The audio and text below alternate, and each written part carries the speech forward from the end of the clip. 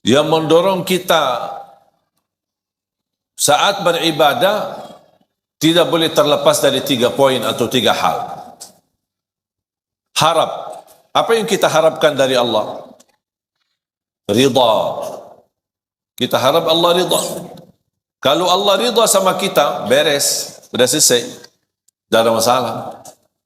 Kalau Allah ridha, berarti ibadah pasti diterima.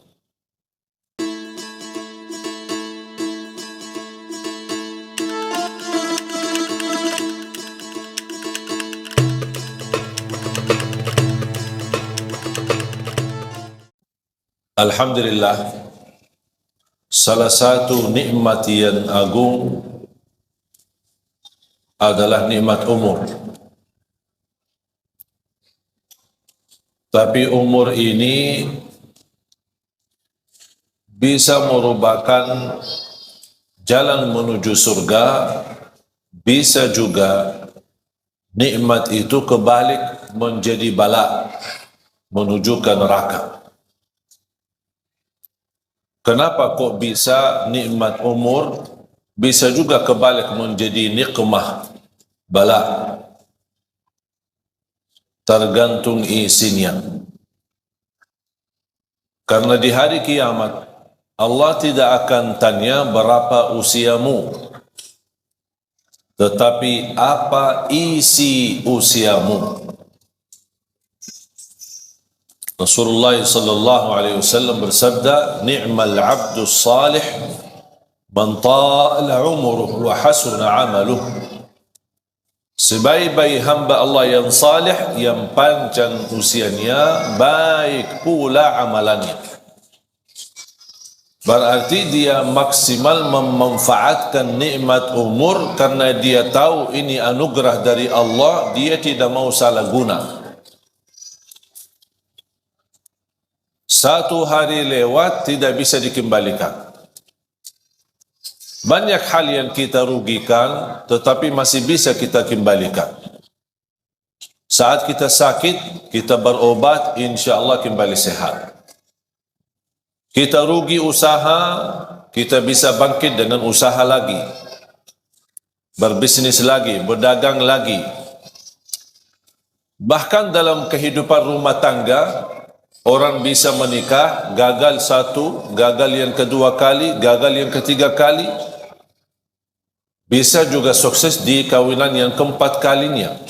Kita tidak tahu. Tapi maksud saya bisa diatasi persoalannya.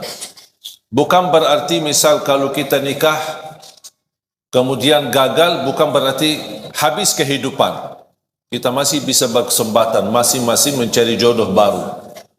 Barangkali ada yang istri berharap suami bertanggung jawab, mungkin suami yang pertama tidak bertanggung jawab, jodohnya sampai di sini, mereka pisah, bukan berarti kehidupannya sudah habis, dia masih bisa berusaha lagi. Intinya, apapun yang kita rugikan, bisa kita usaha untuk dikembalikan menjadi lebih baik. Kecuali satu, tidak bisa dikembalikan. Umur dan usia kalau sudah berlalu tidak bisa dikembalikan. 1 jam berlalu tidak bisa dikembalikan. Dan Islam mengajarkan kita tidak boleh memfikirkan masa lalunya. Apalagi hal-hal yang buruk membuat kita lama-kelamaan putus asa. Kalau hal yang lama yang kita lakukan, contoh dosa maksiat. Kalau kita ingat terus dosa maksiat tersebut, syaitan mengambil kesempatan untuk membuat kita putus asa dari rahmat Allah. Kita sudah niat taubat, tapi syaitan membuat kita ingat. Apaan kok mau taubat enak-enak sudah berlaku macam-macam. Gitu datang syaitan. Membuat kita, ya betul, saya malu sama Allah. Taubat, dosa lagi. Taubat, dosa lagi. Taubat, dosa lagi. Sambil datang syaitan, ngapain kok taubat-taubat tak jelas? Membuat kita putus asa. Padahal Allah sudah menjaminkan diampuni dosa selama kita selalu bertaubat. Allah tidak bosan mengampuni dosa selama kita tidak bosan bertaubat. Seberapapun dosa kita pasti diampuni. Syaratnya taubat. Dosa lagi, ya taubat lagi. Dosa lagi, taubat lagi. Kalau syaitan berhasil menggoda kita untuk berlaku dosa, jangan membuat rahmat Allah tidak berhasil membuat kita taubat. Karena rahmat Allah sangat luas.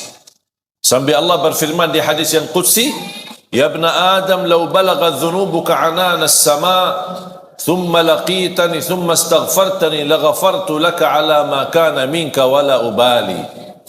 Anak Adam, kalau dosa-dosamu, ini satu orang, dosa-dosamu sampai ke lapisan langit, saking banyaknya, sampai ke lapisan langit, tetapi kamu selalu beristighfar, aku akan ampuni semuanya dan aku tidak peduli berapa banyaknya, kata Allah. Allah tidak peduli berapa banyak dosa. Yang Allah pedulikan taubat kita, istighfar kita, memohon. Kalau Rasul saja, Nabi Muhammad sallallahu alaihi wasallam berhari istighfar sampai 100 kali, memohon ampun kepada Allah. Apalagi kita.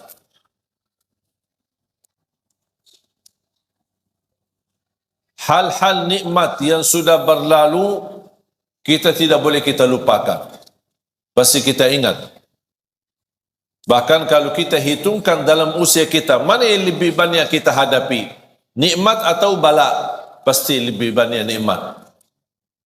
Tapi kenapa yang difokuskan hanya bala? Sampai kita merasa, aku tidak dapat apa-apa. Justru kalau kita membandingkan keadaan kita dengan orang lain, kita bersyukur, alhamdulillah keadaan kita masih lebih baik. Biarpun kita menghadapi berbagai macam ujian. Apalagi bala dan musibah kematian keluarga. Wajar kalau kita manusia sedih atas wafatnya orang tua, atas wafatnya kakek nenek kita, atas wafatnya suami kita, atas wafatnya istri kita, anak kita. Wajar kita sedih. Ya, manusia punya perasaan. Tapi yang tidak wajar berlebihan. Sampai terbawa kepikiran. Sudah 40 hari, sudah 100 hari, sudah berbulan-bulan, sudah bertahun-tahun orangnya sudah meninggal dunia, tapi orang ini masih sedih. Itu yang tidak diizinkan oleh agama. Karena kesedihan ini membuat terganggu hubungan kita sama Allah. Islam mengizinkan kita boleh sedih, tapi ada batas kesedihan. Selepas itu beraktivitas kembali. Kita semua bakal mati. Semua kita akan mati. Yang berguna bukan kesedihan kita terhadap orang yang kita sayangi yang sudah wafat, tetapi doa kita yang berguna. Doakan. Doakan. Saya pernah diundang acara takziah, tahlilan. Kemudian ada sambutan sebelum masuk ke acara inti. Ada sambutan A, sambutan B. Ini termasuk acara yang paling cepat. Sambutannya cuma sebentar dan satu orang. Yang lain acara sambutannya panjang lebar. Sampai mungkin satu kampung sambutan, baru saya ceramah.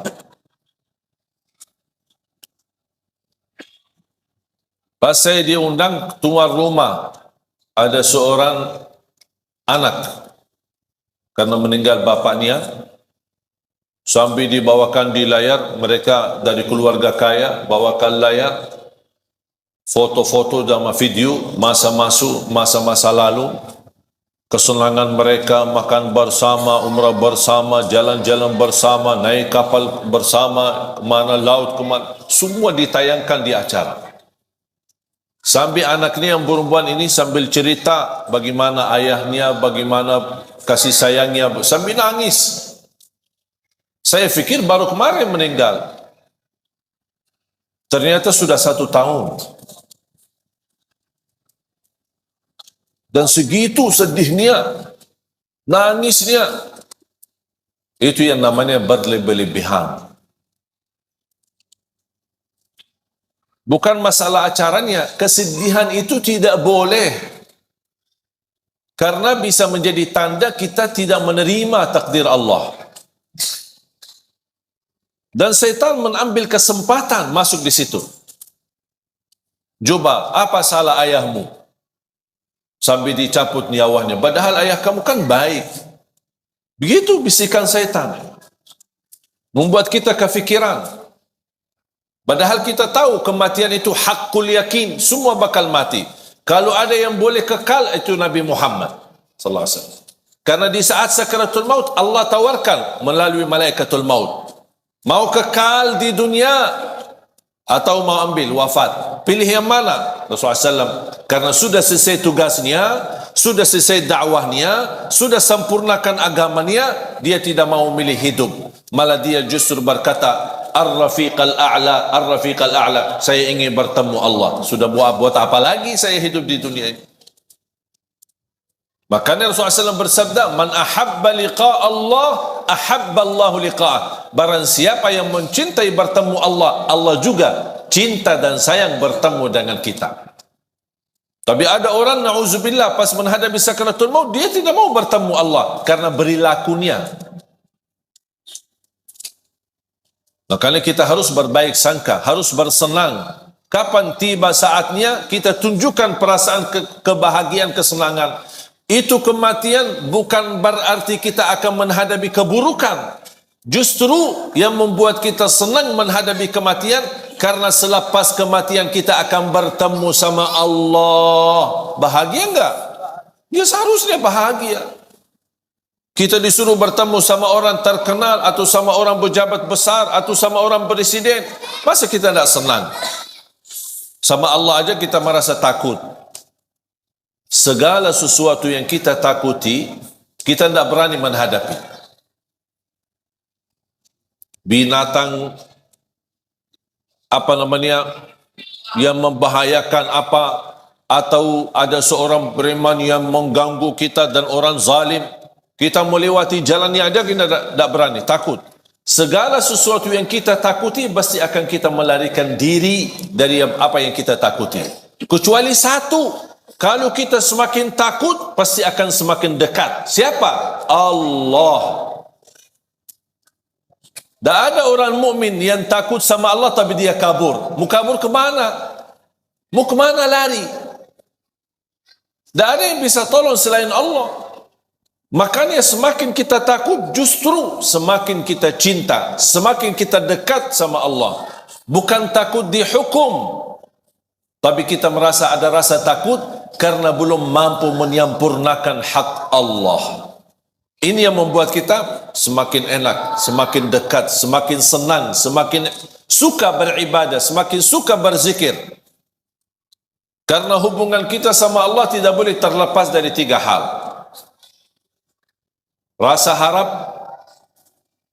rasa takut, dan di atas ini semua adalah rasa cinta. Jadi bukan yang membuat kita mau beribadah karena kita mengharapkan saja, tapi yang membuat kita terdorong beribadah karena saya cinta. Masalah harapan itu belakangan, tahap yang kedua. Yang membuat saya takut, menjauh dari dosa dan maksiat, menjauh dari durhaka sama orang tua, menjauh dari hasud, menjauh dari dengki, menjauh dari sifat sombong dan dosa-dosa yang lain. Apa yang membuat? Bukan karena dilarang dan saya takut melanggar larangan Allah. Yang membuat saya takut tidak berbuat dosa maksiat karena saya cinta sama Allah. Akhirnya kalau kita semakin cinta sama Allah, nikmat, harapan dan ketakutan akan semakin sempurna. Karena Allah tidak mau juga kita takut sampai putus asa. Takut dihukum, takut karena dosa maksiatnya terlalu banyak, menzalimi orang macam-macam. Jadi rasa takut semestinya membuat kita semakin dekat sama Allah. Sampai Rasulullah SAW bersabda, Inni la atqakum lillah wa akhsyakum lah. Aku yang paling bertakwa kepada Allah, kata Rasul, dan aku yang paling takut kepada Allah. Bapak Ibu jamaah sekalian dimuliakan Allah SWT. Kembali lagi, yang mendorong kita saat beribadah tidak boleh terlepas dari 3 poin atau 3 hal. Harap. Apa yang kita harapkan dari Allah? Ridha. Kita harap Allah ridha. Kalau Allah ridha sama kita, beres, sudah selesai, tidak ada masalah. Kalau Allah ridha, berarti ibadah pasti diterima. Kalau Allah ridha, kekurangan pasti dimaafkan. Kalau Allah ridha, dosa pun Allah akan tutupi, karena Allah sudah ridha. Ada rasa takut, bukan takut dihukum, tetapi kita takut semakin beribadah, tapi ada rasa takut, jangan-jangan Allah tidak mau terima amal ibadah saya. Oh, barangkali ibadah saya belum baik, barangkali belum ikhlas, barangkali belum sempurna, ada kekurangan khusyuk. Saya kadang-kadang suka berzikir, tapi lebih banyak suka malas. Ini muncul rasa takut. Takut kekurangan ibadahnya, tidak sesuai dengan perintah, tidak sesuai dengan ajaran agama, tidak sesuai untuk meniru Nabi Muhammad sallallahu alaihi wasallam. Dan rasa takut itu akan mendorong kita akan semakin lebih baik. Kalau saya salat asar atau saya salat zuhur, kayaknya belum sempurna ya, masih ada kekurangan, insya-Allah saya salat sunnah ba'diyah. Karena tugas salat sunnah qabliyah ba'diyah menutupi kekurangan salat wajibnya. Belum sempurna sunnah qabliyah ba'diyah, udah saya tambah lagi salat duha, saya tambah lagi sunnah wudu, saya tambah lagi salat tasbih, saya tambah lagi salat hajat. Belum lagi, masih ada kekurangan, saya tambah lagi salat tahajud, walaupun 2 rakaat, tutup witir, tidak harus 8 rakaat, tidak harus 10, tidak harus 20. Boleh enggak saya salat tahajud cuma 2 rakaat? Ya boleh. Witir langsung ditutupi witir. Jadi tahajud itu tidak semestinya jumlah yang banyak. Boleh enggak kita salat malam tapi belum tidur? Ada orang tanya, aku mau salat malam tapi aja sudah jam 1 saya belum tidur. Asik lagi ngobrol sama suaminya, lagi mesra-mesra, senang-senang, atau lagi membahas diskusi soal anak, sampai kelewat waktunya, sampai jam 12, jam 1. Kalau tidur jam 1 takut ketiduran, bangun salat subuh, belum salat tahajud. Boleh enggak saya salat malam sebelum tidur? Ya boleh. Daripada sia-sia. Ada orang berkata harus tidur walaupun sebentar. Maksudnya sebentar. Sampai saya pernah baca di salah satu komen, dia bilang wajib tidur sebelum salat malam, walaupun hanya tutup mata sebentar terus buka lagi. Bukan namanya tidur. La yukallifullahu nafsan illa, tidak ada ajaran yang membebani kita. Ibu-ibu, bapa-bapa yang sudah biasa tidur dan bangun tahajud, teruskan. Itu lebih baik. Tapi yang belum terbiasa, malas-malasan, suka tidur dan ketiduran, syukur-syukur bangun subuh, daripada tidak salat witir dan salat malam, tertulis nama kita menjadi ahli tahajud, mendingan kita salat baru tidur. Ada orang bertanya, gimana kalau saya salat malam, tutup witir, kemudian saya tidur, tiba-tiba saya bangun, saya lihat jam, masih ada 40 minit, belum azan subuh. Boleh enggak saya tahajud lagi? Boleh, tapi tidak boleh witir lagi. Karena Rasulullah SAW tidak mengizinkan 2 kali witir dalam satu malam. Tidak boleh 2 kali witir dalam satu malam. Faham bu? Alhamdulillah Islam mudah.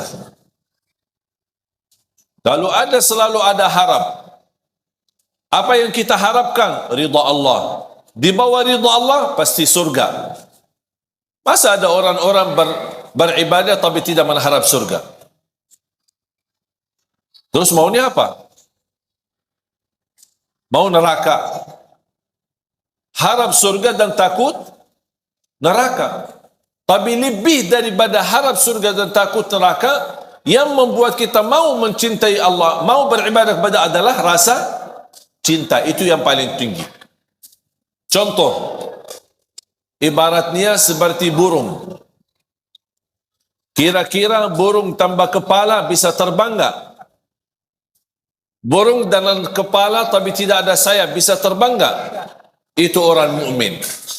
Kepala adalah cinta, dua sayap harap dan takut. Harus tiga-tiganya ada supaya hubungan kita sama Allah semakin baik. Bisa terbang. Tapi kalau kepala ada cinta sama Allah, ada orang cinta tapi ibadahnya tidak jalan. Tidak ada harap, tidak ada takut, tidak ada perasaan sama sekali. Tidak bisa jalan. Sampai ada orang berkata, aku tidak, kalau Allah takdirkan saya masuk neraka, ya tidak apa-apa, saya ikhlas kok. Masa begitu doanya? Ya Allah, saya kalau tidak diizinkan masuk surga, ya tidak apa-apa. Itu namanya orang beribadah tapi tidak ada harapan. Tidak mau harap ridha, tidak harap surga, tidak takut neraka. Ya tidak apa-apa. Itu tidak bisa.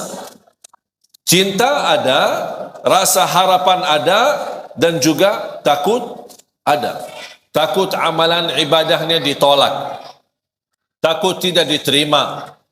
Takut tidak sempurna. Takut sia-sia. Iman ada yang amalannya sia-sia? Ada. Sampai Allah ceritakan dalam Al-Quran, alladzina dhalla sa'yuhum fil hayatid dunya wa hum yahsabuna annahum yuhsinuna sun'a. Mereka yang merugi adalah yang datang di hari kiamat. Dia merasa dirinya telah berbuat banyak kebaikan, tapi kenyataannya di hari kiamat merugi semuanya karena mereka tidak ikhlas lillahi ta'ala. Sia-sia. Kalau orang mukmin dia takut amalannya jadi sia-sia. Dia takut amalannya menjadi riya. Berarti ada sifat takut.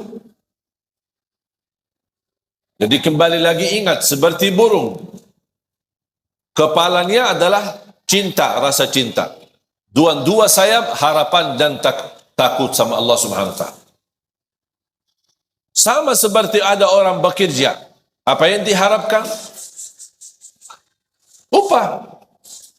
Masa dia mau bekerja, ya terserah bos. Kalau mau kasih gaji boleh, tidak mau kasih tidak apa-apa. Ada yang mau enggak gitu? Tidak ada yang mau.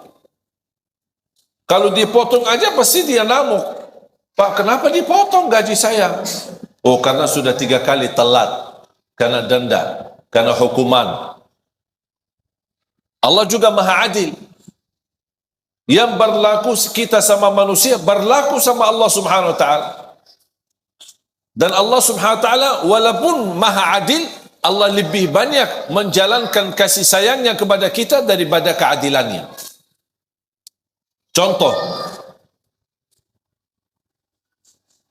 A'udzu billahi minasy syaithanir rajim.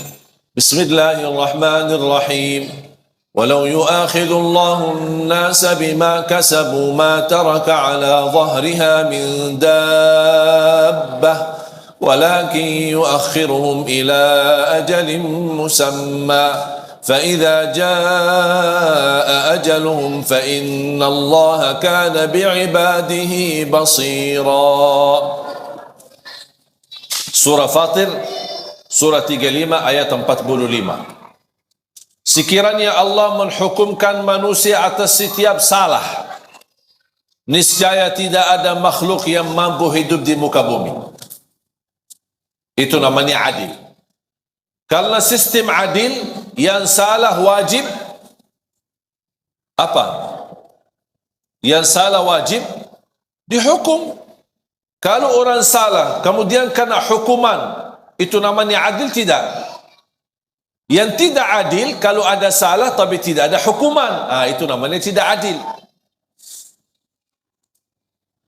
Menurut ayat ini, surah 35 ayat 45, sekiranya Allah berkenan menjalankan keadilannya terhadap perilaku manusia, setiap salah, setiap dosa kena hukuman Allah.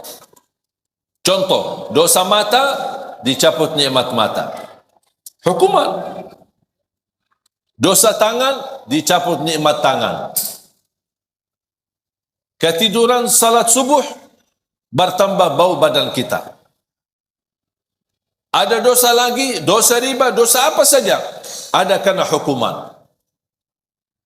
Menurut ayat ini, kalau Allah berkenan menghukum manusia setiap dosa dan maksiatnya, niscaya tidak ada makhluk, jangankan manusia, tidak ada makhluk termasuk binatang, tidak ada makhluk yang mampu hidup di muka bumi.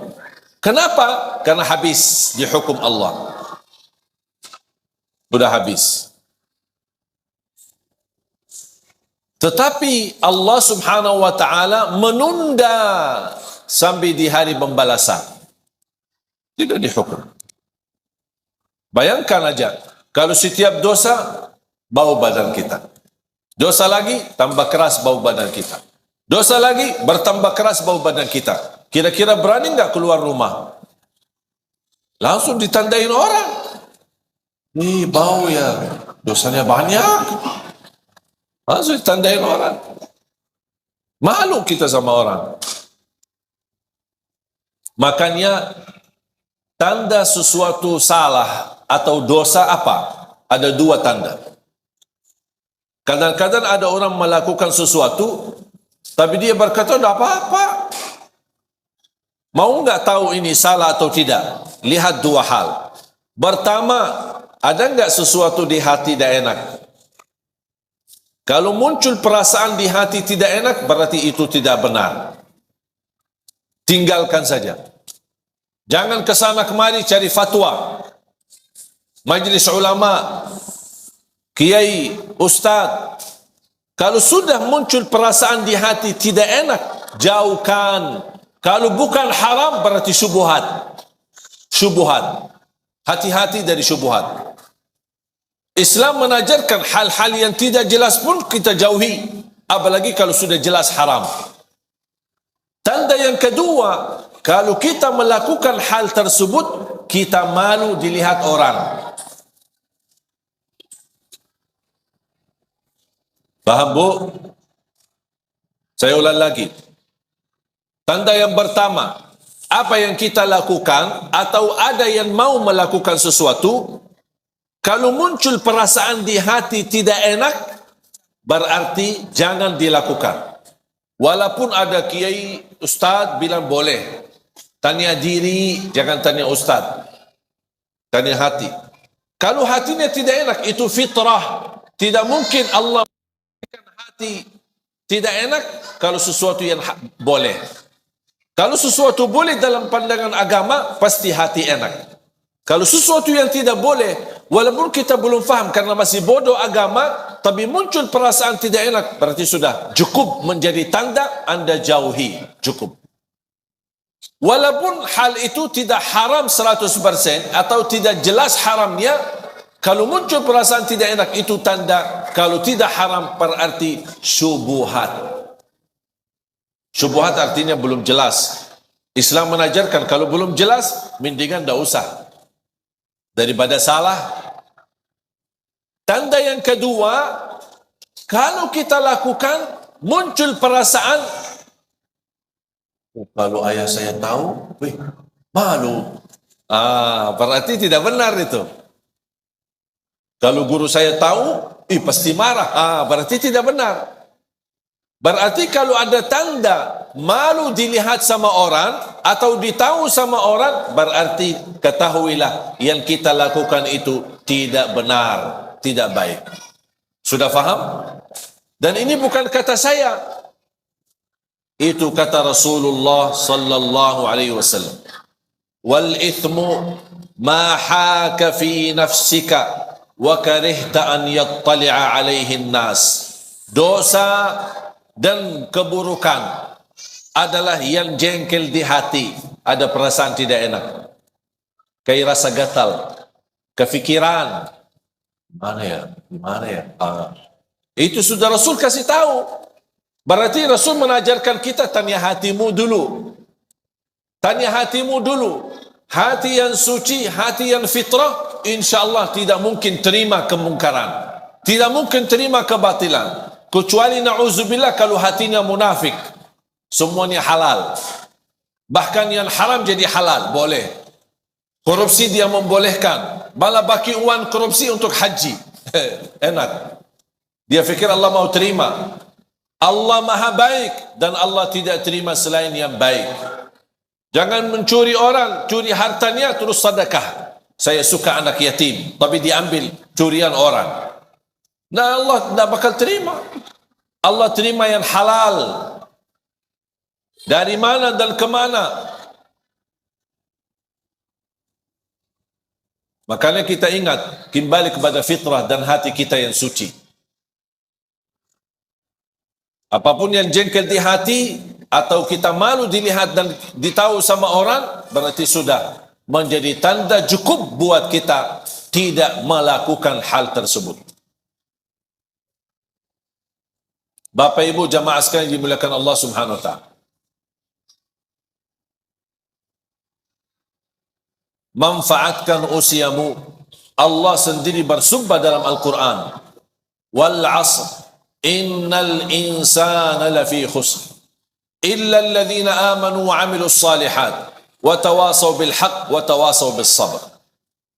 Demi masa, demi waktu, apapun di dalam Al-Quran, kalau Allah berani bersumpah, itu berarti tanda sesuatu kemuliaan di belakang sumpah itu. Ada sesuatu kemuliaan di belakang sumpahan Allah Subhanahu wa taala. Allah ingin menyampaikan kepada kita, demi masa, demi waktu, berarti waktu dan masa itu berharga bagi Allah Subhanahu wa taala. Allah boleh bersumpah dengan apa saja, tapi kita manusia tidak diizinkan bersumpah kepada selain nama Allah. Demi Allah, wallahi, lillahi. Tapi kalau Allah bersumpah banyak. Wasyamsi wa duhaha, wal qamari idza talaha, wad duha, wat tini waz zaitun, wal fajr, was samai wat tariq, was samai dzatil buruj. Ini semua namanya sumpah. Dan Allah berhak bersumpah dengan apa saja. Termasuk wal asr. Allah bersumpah dengan demi masa, demi waktu. Gara-gara waktu dan masa, banyak manusia bakal merugi, kata Allah. Kenapa merugi? Karena dia tidak memanfaatkan waktu itu. Termasuk waktu adalah umur. Makanya sebaik-baik hamba, yang panjang usianya, baik pula amalannya. Sebaliknya seburuk-buruk hamba, yang panjang usianya tapi buruk amalannya.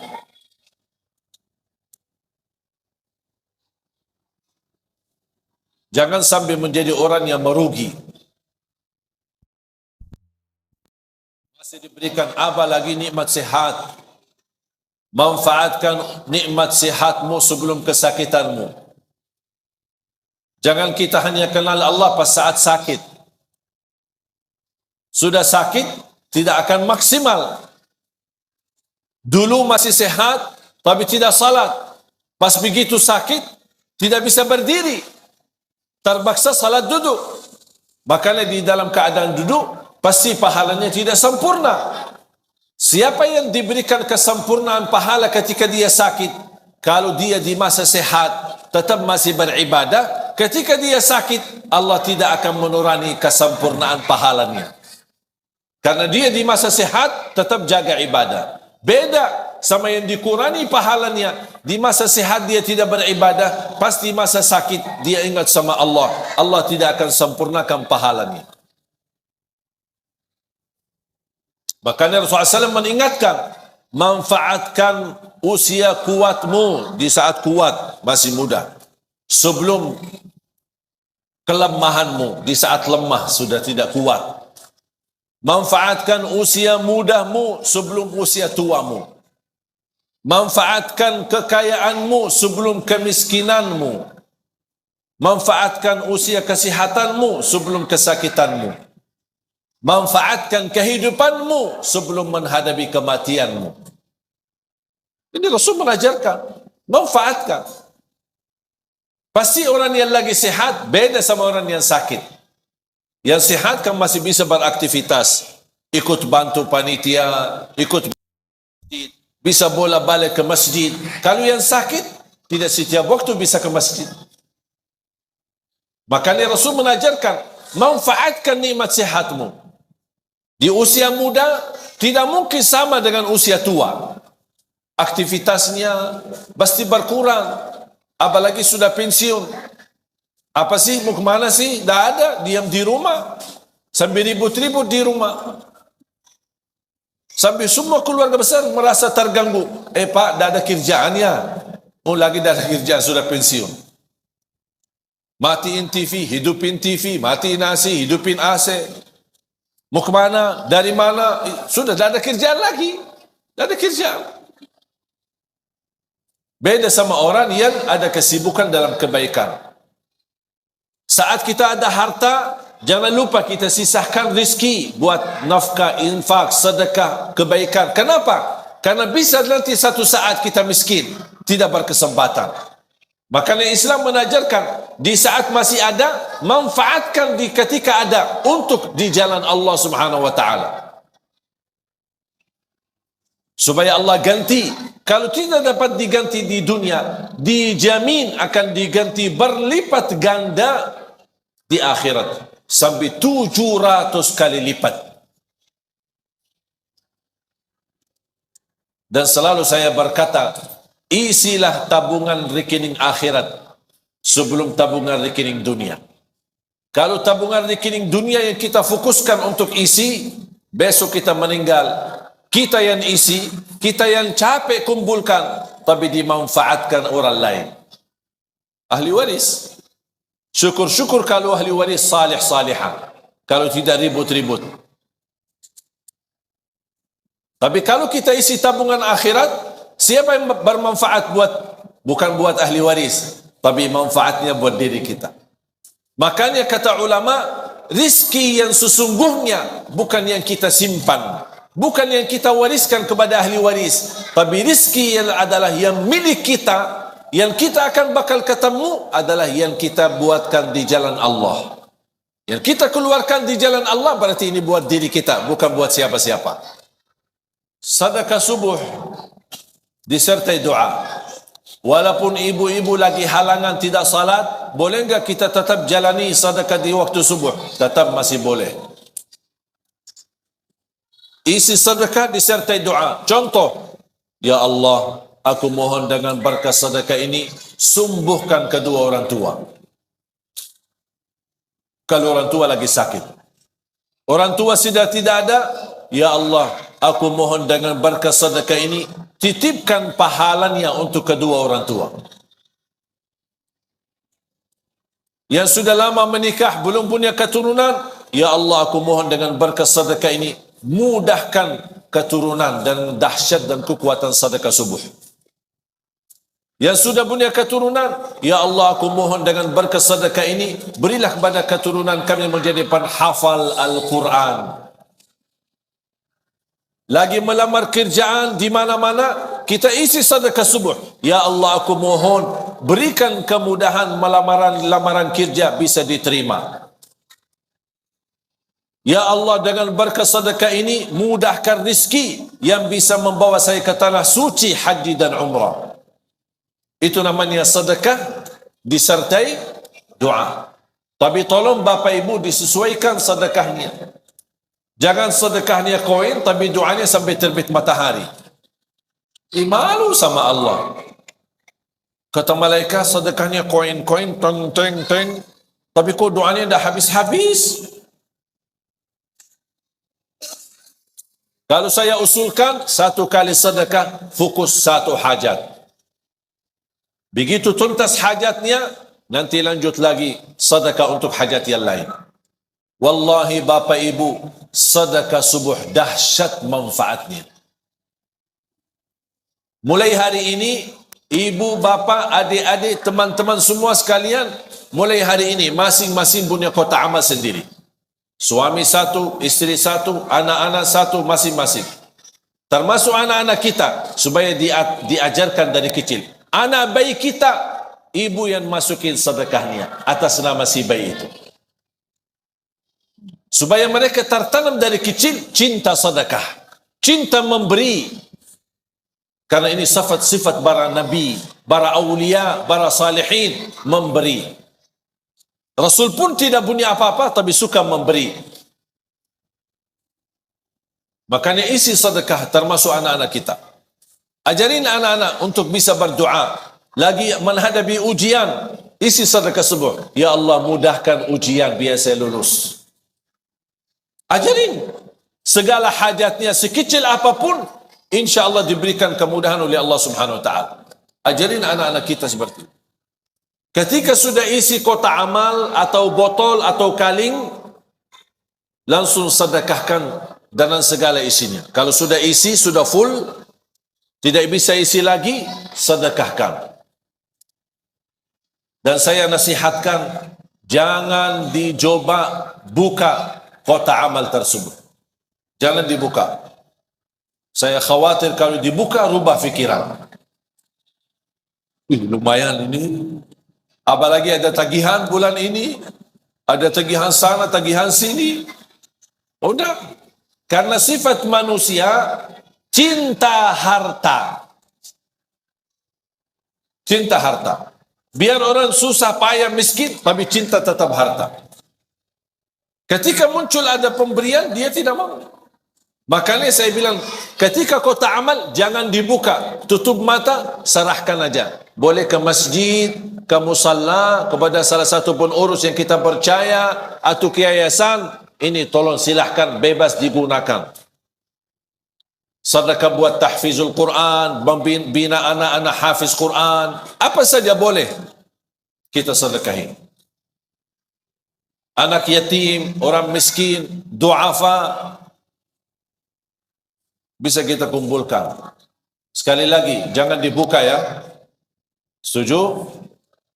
Sudah isi, bismillah, ikhlas lillahi ta'ala. Datang setan, buka aja, lihat aja isinya, biar ibu tahu berapa jumlah sedekahnya. Tidak usah terima. Maaf setan, saya tidak mau. Saya tidak mau tahu. Saya lillahi ta'ala, sekecil apapun, seikhlas apapun, sebanyak apapun, lillahi ta'ala. Dan saya sudah mengajarkan diri saya, lebih baik banyak ikhlas daripada sedikit tidak ikhlas. Setuju? Apaan setuju?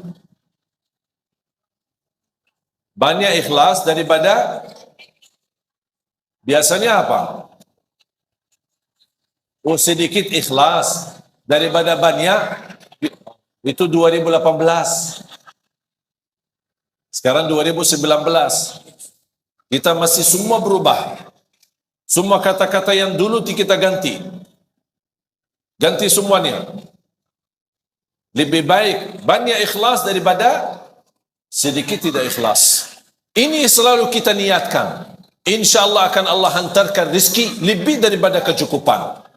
Yang bisa berguna buat diri kita, berguna juga buat umat. Yang terakhir, saya ingatkan ada satu hal yang sangat penting. Ya, silakan Pak.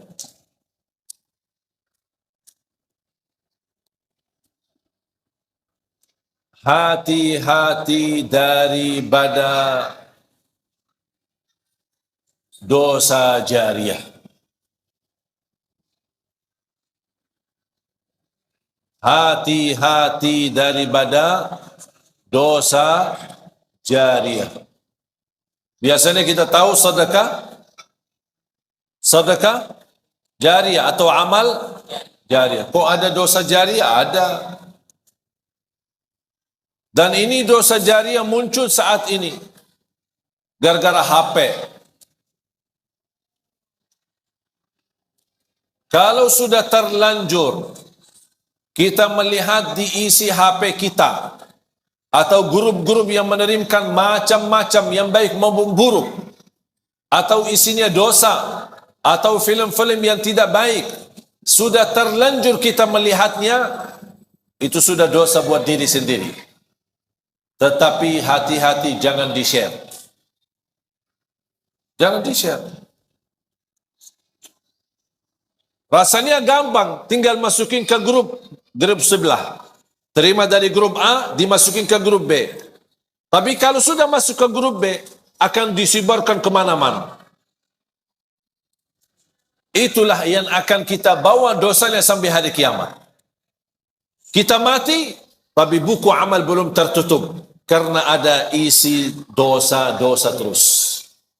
Yang kita harap, buku amal terbuka, supaya kebaikan yang terisi. Sedekah jariah kita, amal jariah kita, bukan dosa. Hati-hati jemaah sekalian. Kalau anda merasa malu, menegur kemungkaran, ada orang kirimkan satu video, atau satu rekaman, atau satu tulisan, tapi kita malu menegur karena itu mungkar, dosa. Tapi kita merasa malu. Kalau saya tegur, nanti, aku baru belajar 2 hari, aku jadi ustaz. Langsung diolah-olah sama orang. Kalau kita malu menegur mereka, mengingkari kemungkaran, sudah terlanjur kita lihat, jangan di-share ke orang lain. Walaupun itu satu orang. Bayangkan kalau satu orang ke satu orang ke satu orang, dari grup ke grup ke grup, bisa merebarkan banyak. Bisa jutaan orang dalam usia, bahkan dalam habis kematian kita. Itulah yang akan kita tanggung dosanya sampai hari kiamat. Na'udzubillah. Makanya hati-hati. Dan ini bukan kata saya, tapi kata Rasulullah sallallahu alaihi wasallam, "Man sanna fil Islami sunnatan hasanah, falahu ajruha wa ajru man 'amila biha ila yaumil qiyamah." Barang siapa yang menghidupkan sesuatu kebaikan atau share sesuatu kebaikan, dia akan mendapatkan pahalanya, dan semua yang mengamalkan kebaikan tersebut, dia akan sama juga mengikut dapat pahalanya sampai hari kiamat. Dan barang siapa yang menghidupkan keburukan atau menyebarkan keburukan sampai dia mati, akan keburukan itu masih jalan, akan dia dapat dosanya sampai hari kiamat. Na'udzubillah min zalik. Hati-hati. Makanya HP ini alat mubah. Bisa jadi halal, bisa jadi haram. Tapi dia alat mubah. Maksudnya apa mubah? Tidak ada pahala, tidak ada dosa. Itu mubah. TV, mubah atau haram? Mubah, alat. Semua alat itu namanya mubah. Mic, alat. Semua itu namanya alat. Tergantung gunanya. Salah guna, dosa. Digunakan dengan baik, pahala. Contoh, HP kita. Assalamualaikum, apa kabar ayah, apa kabar ibu, saya kangen sama kampung, saya belum bisa pulang karena lagi sibuk kerjaan. Itu namanya apa? Silaturrahim. Lewat apa? Lewat alat mubah, Allah berikan pahalanya.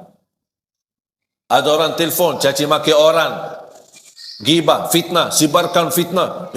Tahu nggak ini berita di selebriti, salah satu ustaz katanya karena ini macam-macam, dia menipu jamaahnya, ini begitu. Sebarkan fitnah. Walaupun itu berita benar, itu termasuk menyebarkan fitnah. Apalagi kalau berita itu tidak benar. Kalau berita benar, tidak boleh kita share, menyebarkan fitnah. Apalagi kalau berita itu hoax, tidak benar.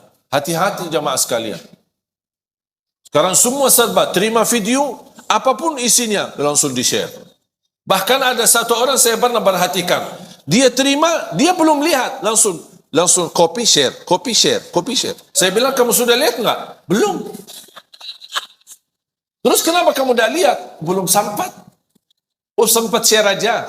Tapi kan barangkali ada isinya tidak baik. Oh ya, gitu ya. Jangan terlalu gampang. HP ini bahaya. Daripada menjadi kebaikan menuju ridha Allah dan surga, menjadi jembatan menuju surga, jalan-jalan menjadi hambatan untuk menuju surga.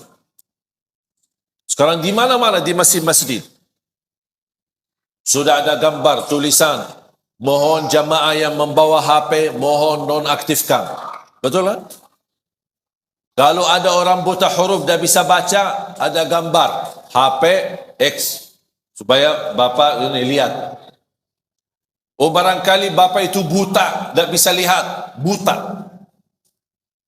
Imam, stau, i'tadilu, luruskan saf, rapatkan saf. Mohon jamaah yang membawa HP non-aktifkan. Betul kan? Tulisan ada, gambar ada. Imam pun mengumumkan, Allah. Masih bunyi. Masih bunyi. Terus maunya apa? Setiap orang masuk masjid diberikan surat masing-masing, tanda tangan berjanjian untuk masuk ke masjid ini, mohon nonaktifkan. Biar datang-datang baru silahkan masuk. Maunya seperti itu. Yang lebih parah lagi, kalau anggaplah manusia, mohon maaf Ustaz, jangan berlebih-lebihan. Kadang kita kan manusia, suka lupa. Kadang-kadang walaupun imam sudah mengumumkan, tapi kadang-kadang kefikiran, tidak sadar, saya lagi menghadapi masalah. Ya, saya maafkan. Kita lupa, kefikiran, apapun alasannya. Sudah terlanjur, Allahu Akbar. Sudah terlanjur mulai salatnya. Lupa nonaktifkan HP-nya atau diselang. Kemudian kita pas begitu salat, ada bunyi HP kita. Kenapa tidak gerakkan tangannya untuk dimatikan HP-nya? Saya pernah salat di salah satu masjid tarawih. Ada sebelah saya orang, imamnya lagi nikmat bacaannya, enak, terharu sekali bacaannya. Di sebelah saya ada orang bunyi HP-nya, lagu India lagi.